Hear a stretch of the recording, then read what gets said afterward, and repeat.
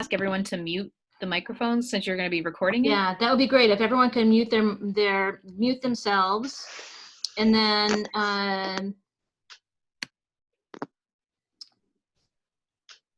gonna be able to see you guys a little bit. So I'm gonna screen. So can if I share my screen, you guys can see the gallery. Is that right? Can you guys see the gallery now, or see each other? No. Oh, well, yeah, on the side. Sorry, on the side we do. Okay, good. I didn't see a gallery on my screen. Maybe it's because I have the full screen set up. Hold on. Oh, true. Depends on the setting that we like. It does depend on the setup. Okay, I just want to make sure that, so just feel free to chime in. I'm not going to look for hands raised or anything like that. Uh-oh, it's booting me out. Oh, no, I'm in. Okay. Okay. So most of you know about the trust, but we do a lot more than just fish monitoring. We also own conservation land throughout the city, have environmental education programs that we are actually still actively doing virtually. And we have a fish monitoring program. Unfortunately, our rafting season was canceled this year, but we do a lot of work on the Concord. At the end, I'm going to give you some updates on what's happening with the Concord River Greenway and another trail. I tried not to make this too repetitious for those of you that have been through this before, but just as a refresher, there are two types of river herring that we're looking for. We will most likely only see alewife. The blueback herring are like the Mystic tends to see blueback herring, we tend to see alewife. It's really interesting that each river attracts different species, and that can change over time, which I think is really interesting. So we're looking for alewives. I wanted to give you here, I'll show this map a little bit later as well, but I just want to make sure that you, that understand the geography. These fish are really trying to go up the main stem of the Merrimack, but they will veer off into the Concord, and that's what we're trying to attract. So again, here's the flow of fish. And so they're coming from the ocean this time of year. The Shawsheen River in Andover has already had some observations. And just because we can throw around a lot of terms like diadromous, catadromous, anadromous, both anadromous and catadromous fish fall under the category of being diadromous. Alewives are anadromous. So they start in the sea, come back into the fresh water for spawning, go back out to sea, whereas eels move from freshwater to the sea for spawning. So that can be confusing for a lot of people. But the herring are such an important forage fish. So at the top here is sort of where the forage fish are in the food chain. But there are a lot of different species that will feed on fish, from fox to heron to eagles, and other larger fish species. But I believe it was maybe Mike that once said that it was the potato chip of the ocean. Everyone loves their forage, the herring. And also, in the big picture of why we're doing what we're doing, all the data that we collect on at Centennial Island at this fish ladder is helping provide the data that both state and federal resource agencies need to document changes, to justify changes that need to happen at the Billerica Dam.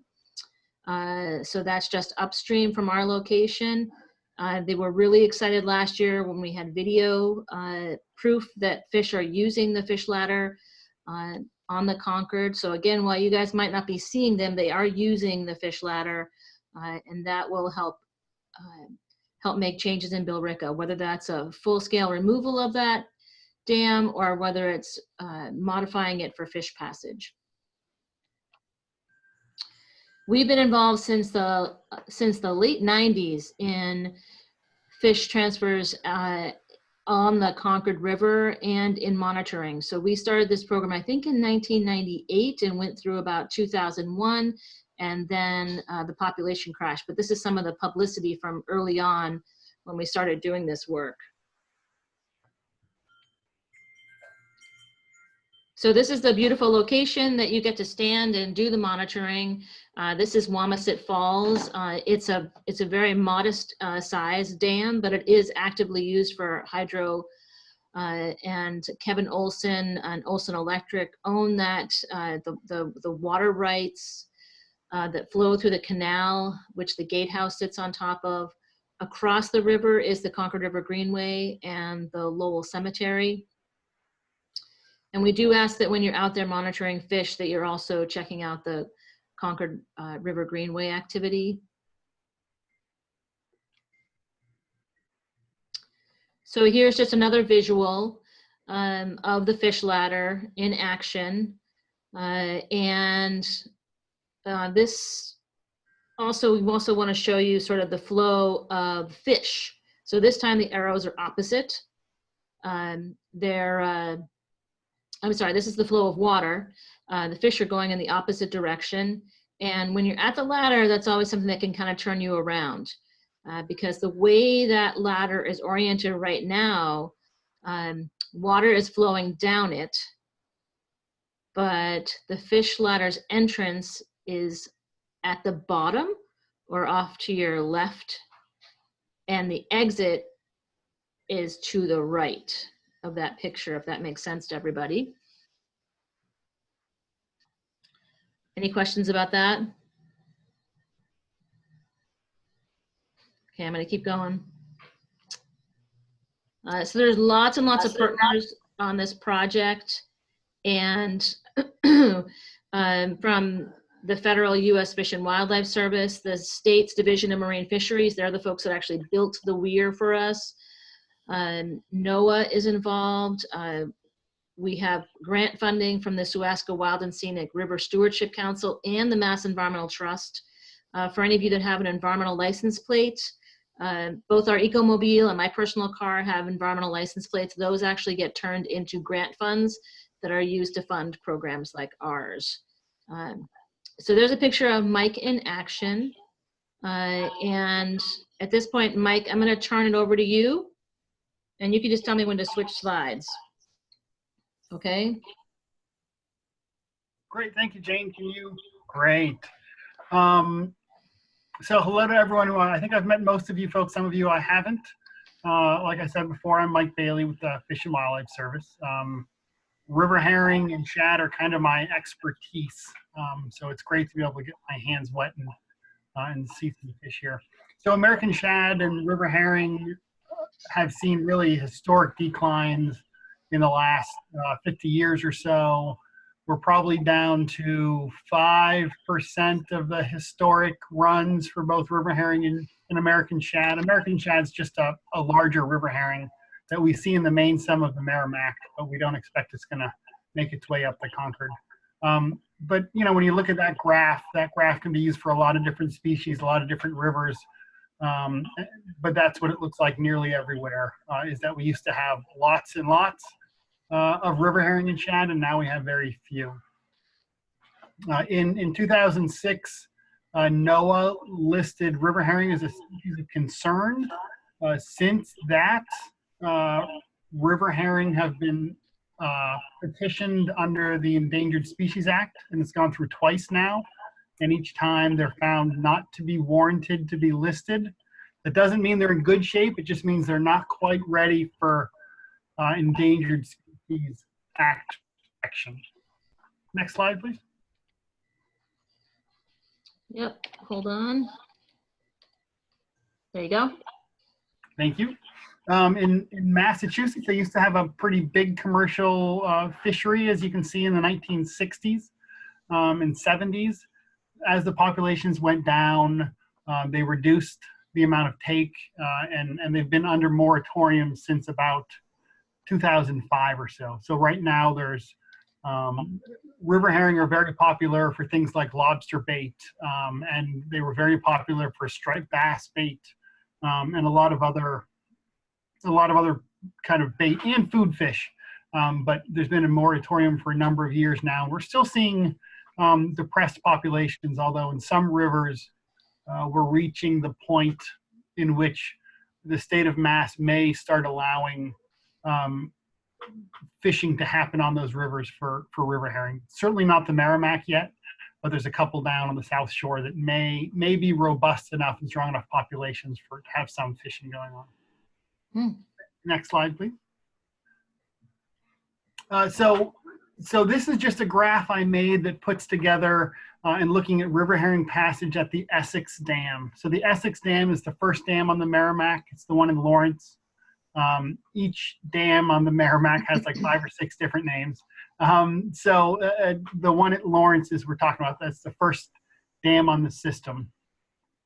And what this graph is just trying to show you is that when fish come, they come. Oops, sorry. Oh, that's okay. There you go. And when fish come, they come pretty quick. So we'll see almost no fish, and then we'll see 50,000 fish move through in a day. And so we don't have a nice slow curve. We can't predict stuff all that well, but a lot of it is based on river flow and temperature. I think right now on the Merrimack, we're at the right temperature to get fish up. We're at the right calendar date to get fish up. Right now, the flow is just too high. But once that flow goes down, if you look at the gray line, 2016, you'll see how those numbers shoot right up. That's about 50,000 fish a day for the first 3 or 4 days. And so it can come from very little to a lot very quickly. As of right now, we've probably passed, Essex has probably passed about 300 or 400 river herring. So they're just starting to trickle in. Next slide, please, Jane. And this is looking back at historic ranges. So for those of you who are involved in the 1990s, we were trying to get some populations jump-started after we had a crash in the early 90s. We didn't have a whole lot of success up until about 2014 and 15 when we started putting a lot more effort into river herring, and we saw those numbers jump up some. Now, right now, this goes up to 2018. If you look at 2019 last year, it's closer to 2017 numbers. For the last couple of years, we've realized when we have very high flow springs, the fish just simply can't find the entrance to the fish ladder in Lawrence, that Essex Dam. They just can't find the entrance. So last year, there were a couple of days in which I could stand on top of the dam and look down and see, 100,000 river herring, all trying to get up. But when the lift would operate to bring fish up, it would have like 20, 30 fish in it. So when flows are really high, we just have a problem in which the fish can't find the front door. There's so much water. They're trying to find which water is the path up. When there's so much water going over the dam, they can't find that path up. And so this is where we are right now. This is as of a couple days ago. We're up at about 25,000 cubic feet per second, which is a lot of water. Right now, we are probably closer at 18,000. And it's predicted to be down around 12,000 by Friday or Saturday. 12,000 is that magic number in which we start getting much better ability for fish to find the entrance. When we get below 8,000, it's really excellent. And hopefully with the temperatures and the weather in the next couple of days, we'll be there fairly soon. So, for my graph, which is on my other screen, just a couple days fresher, by probably Monday, we'll be looking at really good passage. But as the water goes down, passage is going to get better. The fish are already in the system. The temperature, I hope everyone has a sunburn from Sunday. It was so nice out. That's going to really start triggering fish to start moving up. So the temperature is good, flow's coming down. We should really be expecting to see the big push of fish in the next 4 to 8 days. Next slide. Mike, we're going to get a cold snap this weekend. Will that affect them? You know, it's going to be a cold snap, but I don't think it's going to be enough of a cold snap. We won't. That cold snap might be okay because right now, as we kind of pause on temperature and let the flows come down, I think it'll work out pretty good, hopefully. So that cold snap isn't going to be long enough and strong enough to really start messing with the temperatures too much. We're already above kind of their minimum temperature, and we're not going to dip below that with the amount of water we have. So we should be pretty good. So this is a slide of looking at 2018 and kind of how things happened. And like I said, we had so what, today's the 5th. So we don't have the 5th up there, but I'm sure we had a couple hundred river herring. And it really goes, and then it turns a switch. And that switch can be 10,000 fish in a half an hour. And a half an hour times, you know, 5 half an hours, and you have a lot of fish. And that's hopefully what we're looking for. It's kind of, this year looks hopefully to be lining up similar to 2018, in which flows are kind of come down, and we're really going to start pushing a lot of fish through. So we're crossing our fingers that this will be a good year. And last year, even though we only passed about 100 and something thousand fish, I have no data to say this, but I'm pretty confident there were many more hundreds of thousands of fish who simply didn't make it upstream. So hopefully this year flows will work out for us, and we'll get a bunch of fish out. And the more fish in the system, the more fish are going to be going up the Concord River. So that's kind of what we're keeping our fingers crossed for. Hey, Mike. Yes. I've had this question quite a bit, and I thought your answer was pretty fascinating.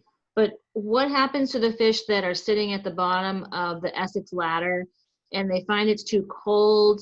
Are they going out back out to sea? What happens to their bodies since they were ready to spawn?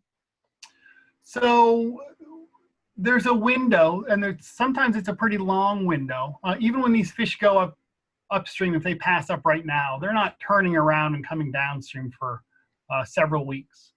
So the ones who can't get upstream at Lawrence have kind of two options. One is to give up and go back out to the ocean. So these fish are called Iteroparis, as opposed to Semelparis. Like when you see the Pacific salmon, they come up, they spawn, they die. That's part of their life cycle.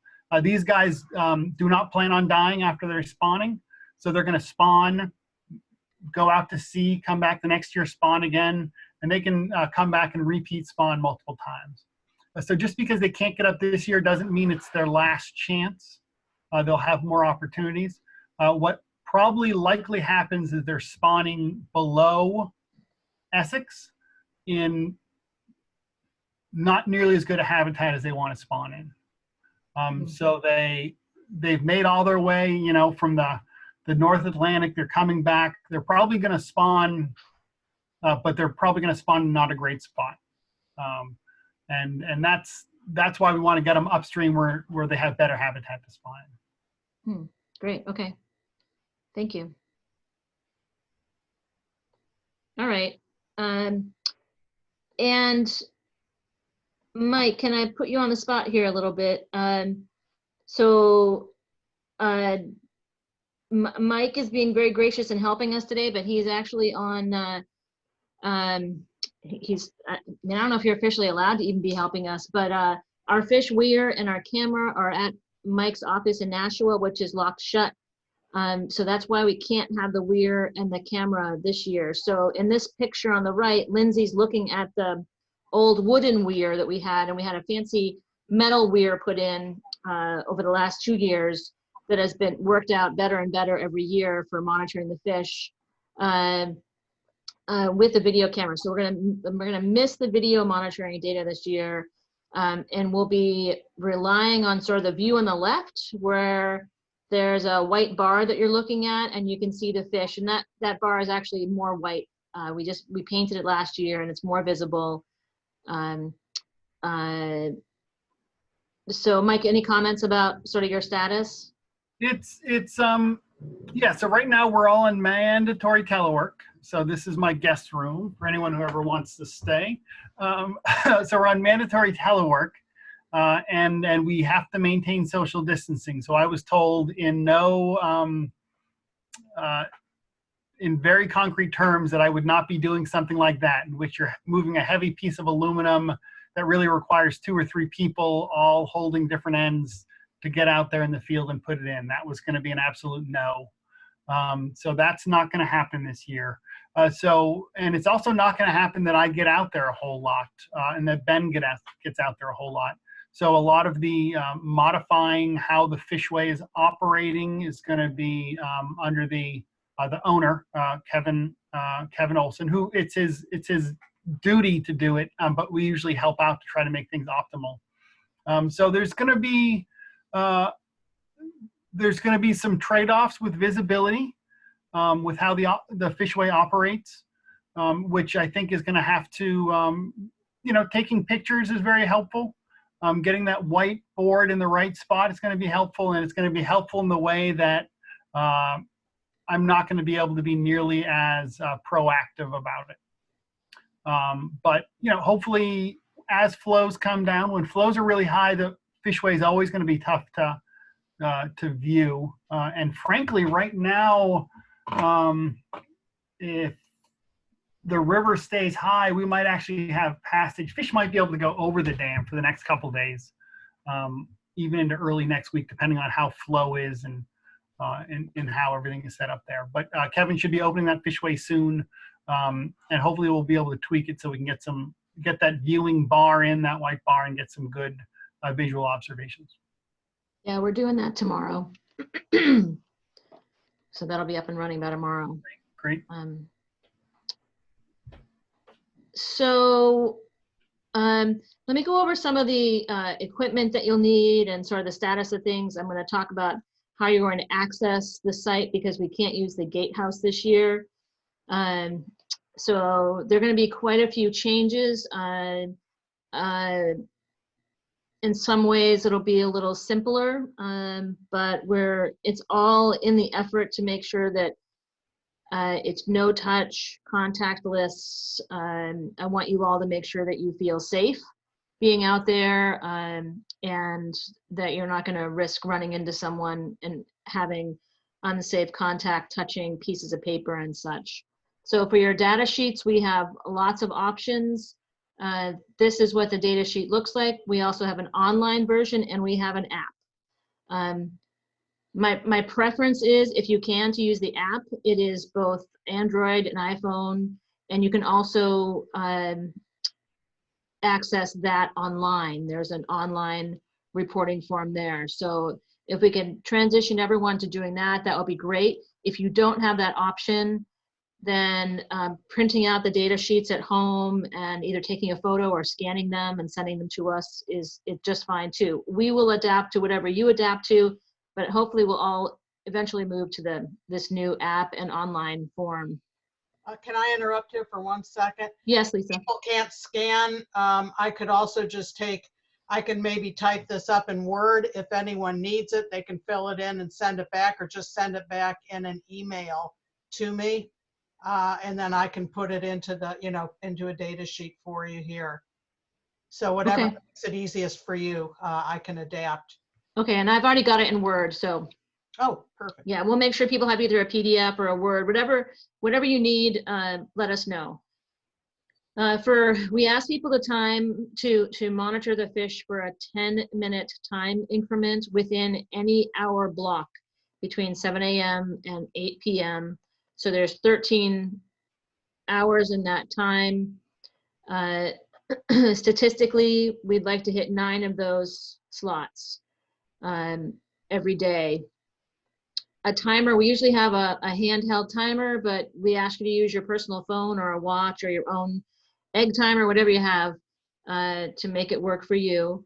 I know that some of you like to come and do 2 slots, 2 slots, 2 hours back to back, and hit 20 minutes, getting 2 hours in there. You know, I'm okay if you do that. I just want to make sure you're not running into somebody else at the top of the hour who may not have expected, who's just showing up. So we'll have to avoid sort of the showing up, and as many of you as possible that can register for your times with Lisa, that's great. But I know that some of you also just drive by and check it out, and that's totally okay. That accounts for a lot of the visits. So I just really want you to be sensitive to other people's personal space. We actually have clicker counters usually in the gatehouse that you can access, but again, there is something called a click counter on as a phone app. There's plenty of counters that you can find on your phone app, and you can also just use your brain. You can count by single numbers, 5s, 10s, 100s. I would love to get to that point where we have lots of fish to count. You will not have clipboards and pencils out, so please either use the app on the spot or clipboards, something firm to write on when you're out there. And if you have polarized sunglasses, they do make seeing into the water better. And just be careful of last year we cut a V into the whiteboard, and that caused some air bubbles, and people were thinking that was fish. So just be careful that the air bubbles aren't tricking you. Of course, we're always looking for the fish to go up the ladder, and so they're moving from left to right as you go up the ladder. So on this, I'm going to run through an actual reporting of all this data on the app itself with you. So hang tight for that. But we do ask you to look at the weather, check across the river, and look at the greenway and see who's walking or riding their bikes. I've heard that it's been very busy so far. So this is the EPI Collect app that I heard about from another river. I think it was the North-South River that was using this. And it's pretty great. It's an app that you can all get on your phone. I have it on my phone. You can find our project called the Concord River Alewife Monitoring. When you're on the computer, I found just searching for Concord River works. I found on the app you had to use 2020 Concord River. So you'll find your project. It'll show up then as in your projects. And I know that a lot of you like to see what other people have written for data. You will be able to see that. So once you have your project, you can actually go in and click on View Data, and that's where you can add your data for an observation. Mike, have you had any groups using this app?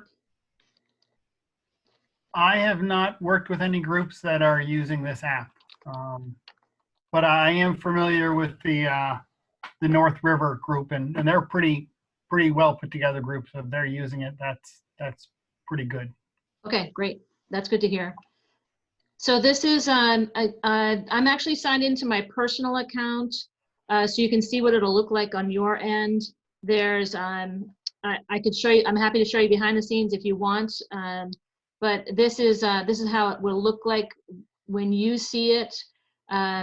We are considering, you can actually go on here and find all kinds of sort of citizen science projects. So I encourage you to have fun and check out other projects nearby. It's done through Oxford, which is pretty neat. But here's, this is where we can check the data.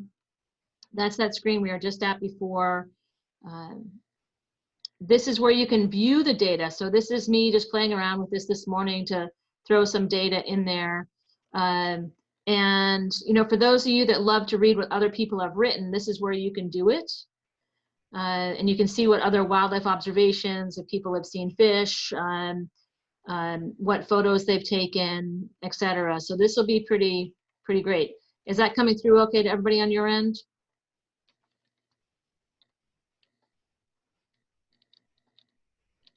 Okay, I'm going to assume so. Just yell if you can't, if it's not coming through very clearly. And then this up here, add 2020 Concord River, that's where you're going to add your data. So I'm going to actually run through adding adding data. So this is what it's going to look like online. It looks very similar on the app. So it's super easy to use. Just click the arrow on the right. First name, last name. The date is auto-filled for you. And it's the end of your monitoring time. I did that because I'm assuming you're going to do this when you're done. And it's also consistent with how we've done the data collection in the last 3 years. So it's end time of your data collection of your 10 minutes. And it's also 24-hour or military time. Oh, okay. Okay, just to prevent any confusion. Weather conditions. Now, if we were out there in the field, we'd review this again. I ask you to use your common sense on this, whether it's how cloudy it is today, partly cloudy, mostly cloudy, it's raining. There's another one for fog, etc. Maybe you're getting hailed on when you're out there, but there's lots of options. I haven't looked out the window in the last couple hours, but I'm gonna say it's pretty nice out there, right? I can't see out a window right now. So I'm gonna say 3 to 25%. And then I'm gonna be fantastical and say I saw 12 fish. And then this is just a little reminder that we asked you to look for Concord River Greenway data as well. So how many people did you see walking? I saw 3 people walking. I saw 2 dogs. I saw 1 kid on a bike. And then I saw someone using a scooter. Jane, what's your time interval for that? You know, for those observations. It's not for the 10-minute interval. You know, really just while you're out there. So whatever you notice while you're out there, of course, your fish monitoring comes first. If you're noticing activity on your way to the ladder or on your way back or while you're there, something catches your eye, just write it down. Is that okay? Does that make sense? It's not first and foremost why you're out there, but it is great data that we've been able to use. This data for the last 3 years that you've been collecting is going to be used by the Greater Lowell Health Association. So it's definitely being used. And then this is, again, just more comments on the Concord River Greenway. If you noticed anything, maybe I ran into a guy who came from Billerica every day. He kicks his soccer ball down the Greenway. And I would note it, some guys playing soccer on the Greenway. And then this is where you can write your wildlife comments, what's happening with the fish ladder. Maybe you think the flow is too high or the flow is too low. Maybe there's no water going over the white bar. Maybe you're noticing a lot of carp at the bottom of the ladder. Things like that are great to write here. And then you also have the opportunity to upload video and photos. So if you see something great on video, or if you catch if you want to share a photo with us that we can share it with Mike, if there's certain questions that you have, we'd love to be able to help answer those, but we also love the wildlife photos that you take. So any of that can be entered here. That's for video, this is for photo. So it's a pretty nimble system. I'm gonna save my data entry. On your phones, you're going to need to actually submit. Your data will sit in your phone, but it will remind you that you have some data to submit. And so you just hit submit and it does it, and it uploads it to the system here. So you won't see it online here until you're done. So how are you guys liking the idea of using this app? I like it. Fine. Very nice. Okay. So I'll be Looks curious good. how it is outside when you're using it outside. If you, I know when you're outside in the blazing sun, sometimes you don't have the right contrast that you need to do the data entry. You know, if you go home and do the data entry, just make sure you adjust the time. All right, so let me go back into the PowerPoint.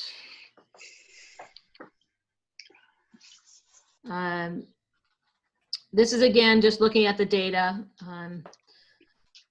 in the app. And that, just remember that there's this add 2020. That's where you have to add your data. It's a little bit more obvious on the phone app than on the computer. They are both really, I thought they were both really versatile. And of course, there's some great stuff that you'll see out there. A lot of great wildlife. I've been seeing a lot of muskrats lately. So let's talk about logistics of getting to the ladder. We're doing this from May 11th to June 13th. Unless there's a big, and this is a big slug of fish in the next couple of days, we might start this weekend. May 11th is Monday. So Mike will let us know if we need to jump on this earlier. Again, we're doing it from 7 a.m. to 8 a.m. If any of you want to get out there at 6 before you go to work or something like that, before you start your day, you're going to go to birding at the Lowell Cemetery, whatever. If you want to get out there super early, I'm okay with that too. Just so you know that the trash rack has been repaired, and access across the trash rack has been limited. The building that's next door to the gatehouse has had a second story added to it, and they've blocked off access to the trash rack on the other side. So that should block some of the some of the users that come from that side. We have a Google Calendar on the website where you can sign up for your hourly time slots. And there is an online registration this year, which is basically an online liability form that we'll be asking everyone to do. Lisa will be tracking that. So that's the big picture timing wise. The mill, we're going to be accessing the site not through the gatehouse, and not through the gatehouse is for your own safety because there's just too many touch surfaces there. And also I don't want to, I want to make sure that Kevin, who's operating that hydro facility, is as safe as possible. I don't want to risk that, that we have a flooding event and he can't manage getting in there to manage that gatehouse. So for everyone's safety, please do not access through the gatehouse. Now the construction is mostly complete at the Waterhead Mill, which is the mill on Centennial Island. It's much easier. They just ask that you park in their parking lot spaces. You're going to access over here in the yellow circle is where the gate is. So you're going to park off to the left and then walk down the entrance, and you're going to have to, skirt around to get over to the gate. They are trying to grow some new grass, so just be sensitive where you walk. We will email you a placard or parking permit for your dashboard. It's just going to simply say that you're a fish monitor. It's not going to be anything fancy. It's going to have our logo on it. We'll get that to you and have you print it out. If you don't have a printer at home, I'll mail you one. And so you just put that on your dashboard. I was over there just taking pictures of this location, and they came right out. Everything is videoed. So they are wonderful though, really, really supportive of our program and what we're doing, and the Greenway, which is right across the river here. So they're super friendly. So don't hesitate if they approach you. So then you're gonna walk through the gate. I have a couple more photos of that. So you can see how they're trying to grow grass. It's come along since then, but maybe you can walk right along this shrub line here. There is no lock on that gate. So you can walk right through the gate.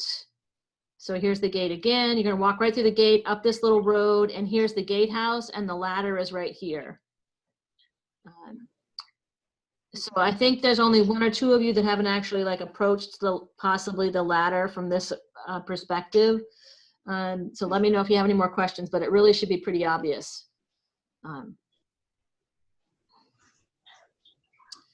Again, there's a registration form. We'll get all these links out to you so you can do the online registration form, sign up for the calendar, everything should be pretty easy to use. And this just has like emergency contacts, a quick waiver, a photo okay, and if you're okay with being on social media, just some more generic questions that we ask of all volunteers. So this year you will not have access to that box of safety gear or clipboards or knee pads. If there's someone under 17 and under, you need to provide a personal flotation device from home. So I know at least, so Bridget, Bernadette, if you guys need life jackets, let us know, and we'll get them to you. So anybody else who wants to come out with a child, Lee, and you don't have a life jacket at home, please let us know. And of course, you can always call 911. Any other sort of safety kind of questions? Jane, will there be a board there this year to walk on? Like, Yes. oh, good, perfect. Yeah, that won't be any different. Okay. Yeah. Yeah, that'll be down. If it's not already down, it'll be down tomorrow night. This is not a safety question. I lost connection a little while ago, but do we still have the clicker to count? No, you'll have to use a phone app. Okay, okay. Okay, or bring a clicker from home, but there are phone apps. So listen, if we get to the point where we need clickers desperately, I'll get them to you. That would be pretty awesome. Because we just haven't had that, we haven't had to use them that much.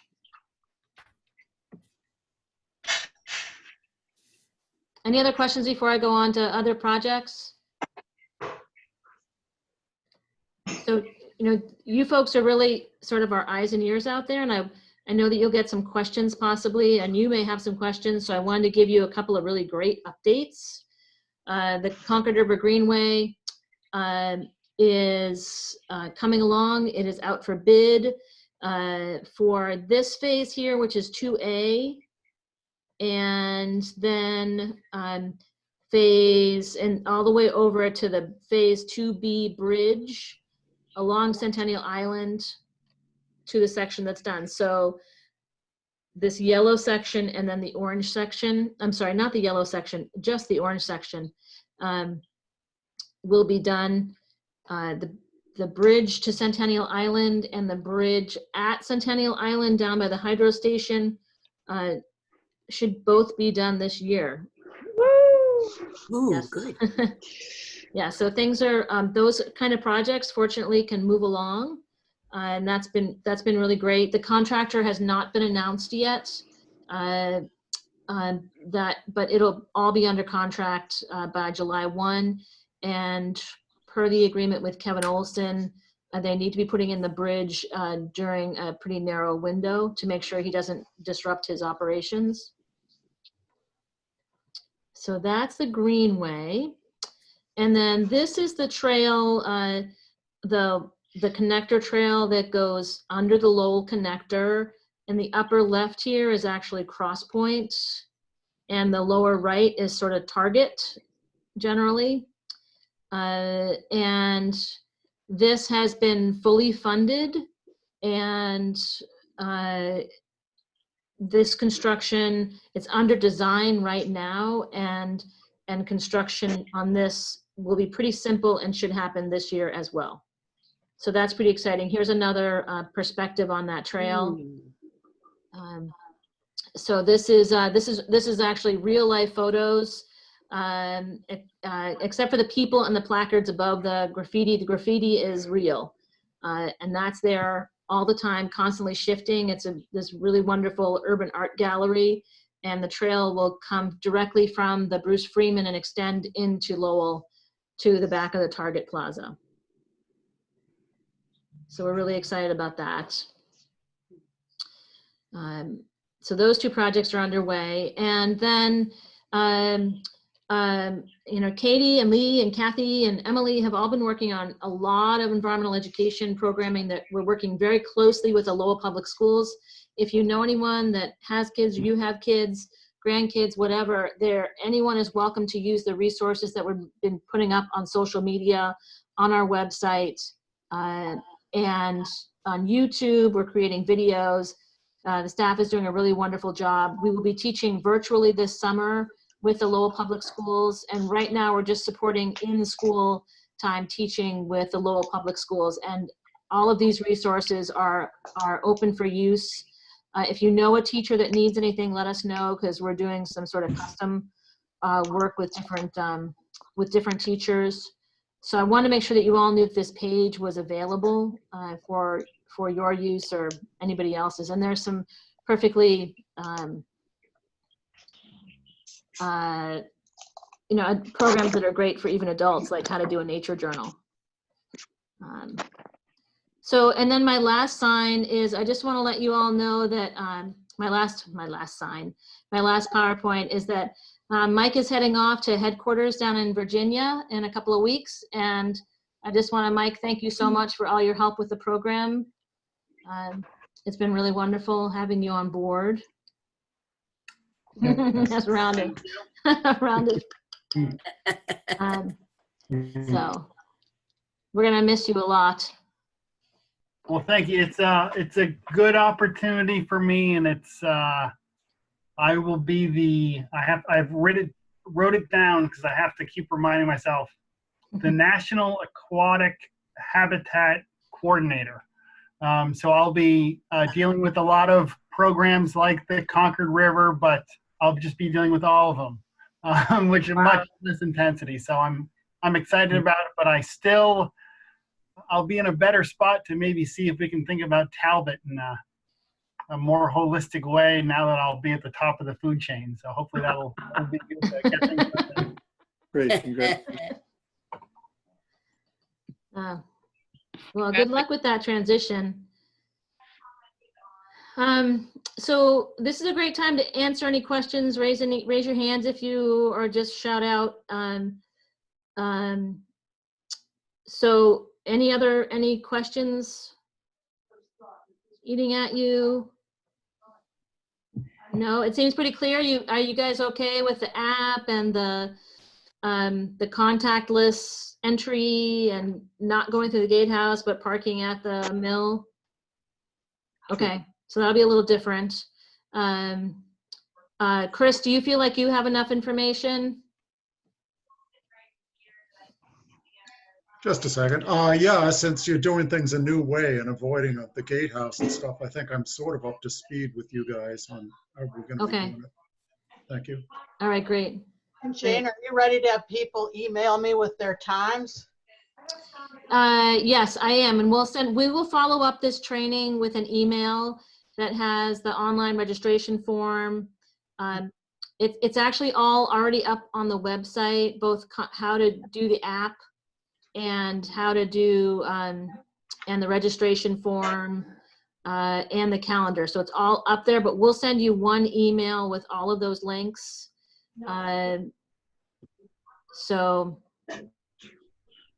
But let us know if I'm really good at making assumptions and forgetting to say things. So if I forgot anything, let me know. But I'm really excited. I mean, Mike, you really framed it in a really positive way. So I'm really excited to see some fish this year.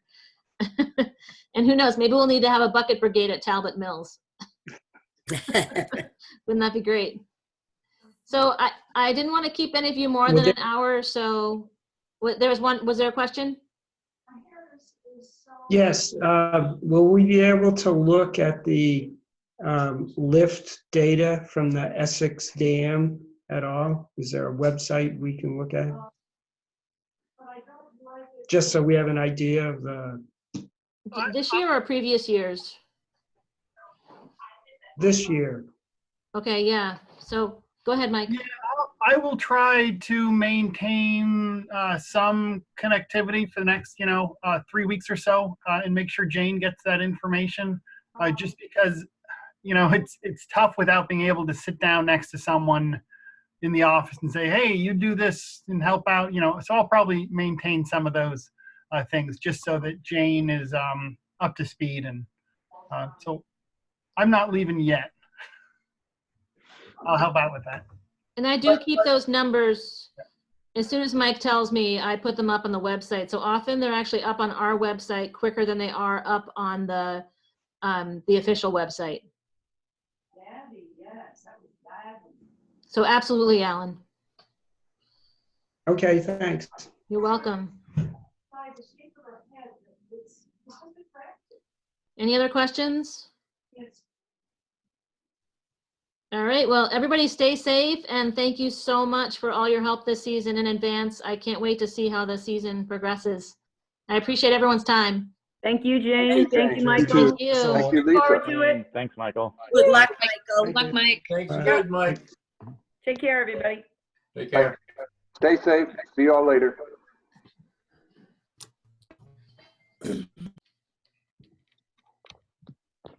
All right, signing off. Bye, guys. Bye.